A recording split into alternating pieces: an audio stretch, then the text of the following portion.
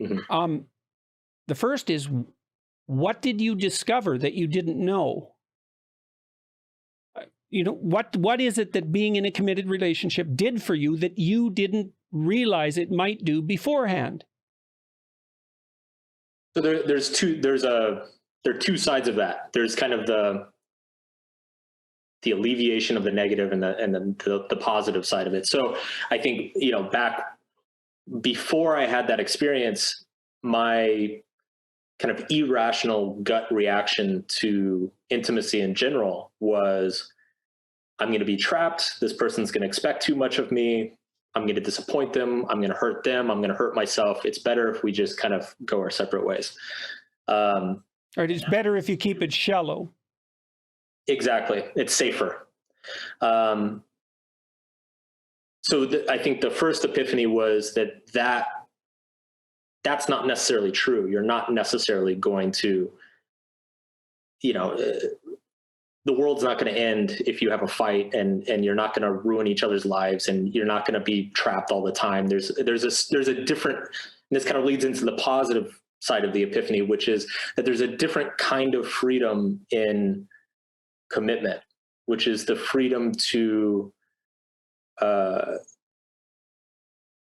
like, one way I described it in an article many years ago was that it felt like if my brain was a computer, it felt like I had a program running in the background, and this program in the background was constantly thinking and worrying about which women were single, which ones were interested in me, which ones were attracted to me, which ones I was attracted to. And it was kind of just eating up a lot of RAM in my brain.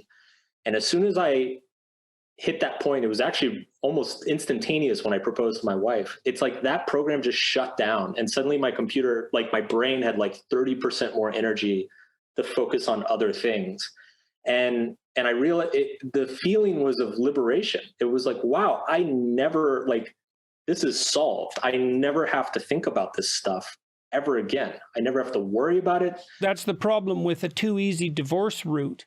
One of the advantages to being married is precisely what you just described, is that it solves a set of problems so that you don't have to consider them anymore.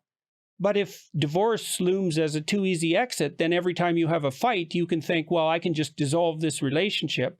And although from some perspectives, you could say that increases your freedom, from another perspective, you'd say, well, no, it doesn't. It just reintroduces you to the whole bloody set of problems that the marriage was designed to solve. And it is very perverse in some sense, although this is part of the meaning of sacrifice, is that you can give up a whole set of options and focus on something narrowly. And what the consequence of that is whole new worlds open up for you that you didn't know were there. You don't lose any freedom at all. In fact, you tend to gain it. So commitment. Now, you emphasize commitment in your book in more than just the marital domain, though, but more implicitly, I would say, because your insistence that people develop the ability to say no, and that's necessary, which is your defense for discrimination, by the way.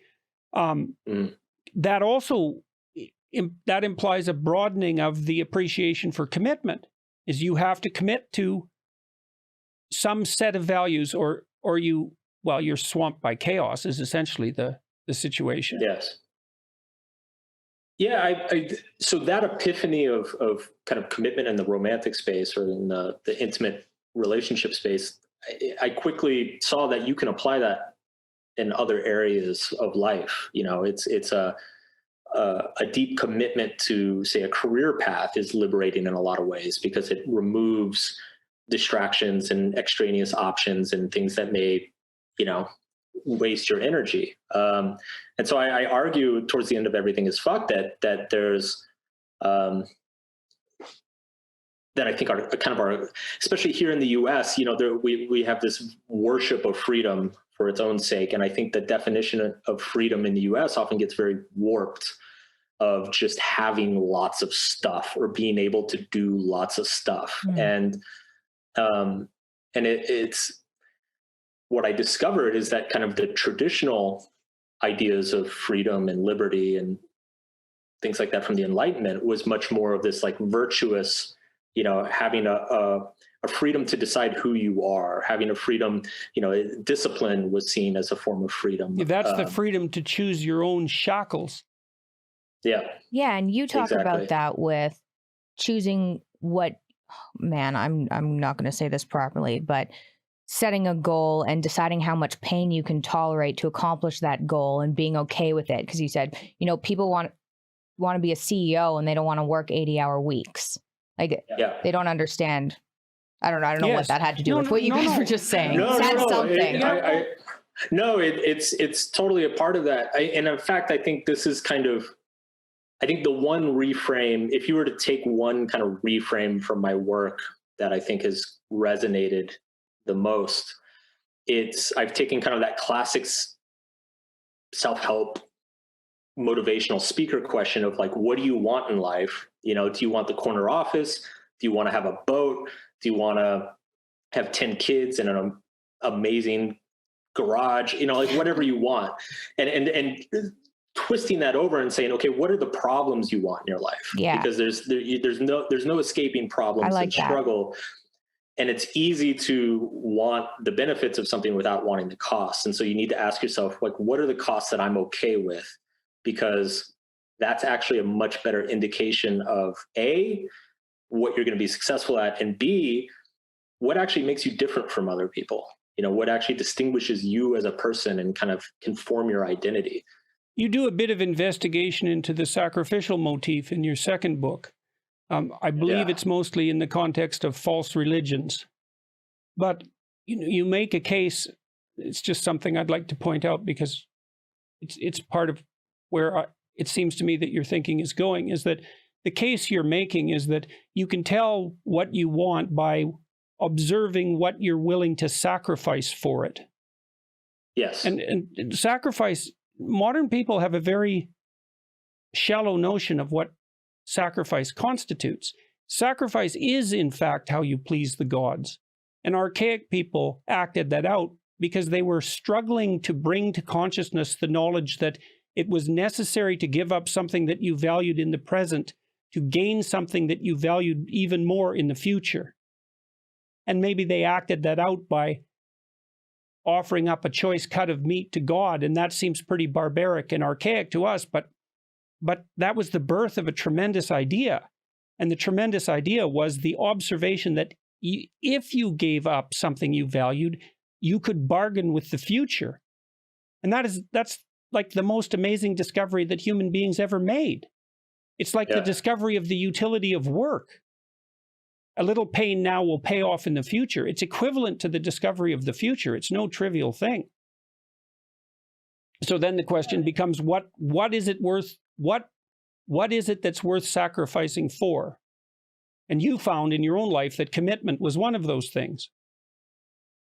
Absolutely. I've become an ardent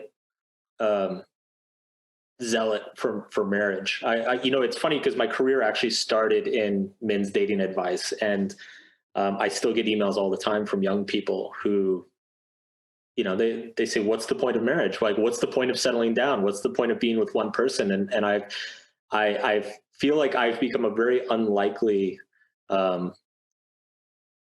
just preacher for the benefits of commitment. The more people that you take to bed, the more you're with one person. And that person is yourself. Because all those relationships are exactly the same.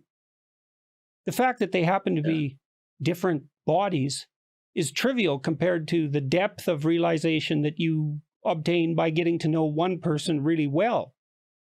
There's no comparison. And it's very sad in some sense that young people have a question such as, what's the value of marriage? That should be, if our education system, if our socialization systems were operating properly, that would be self-evident.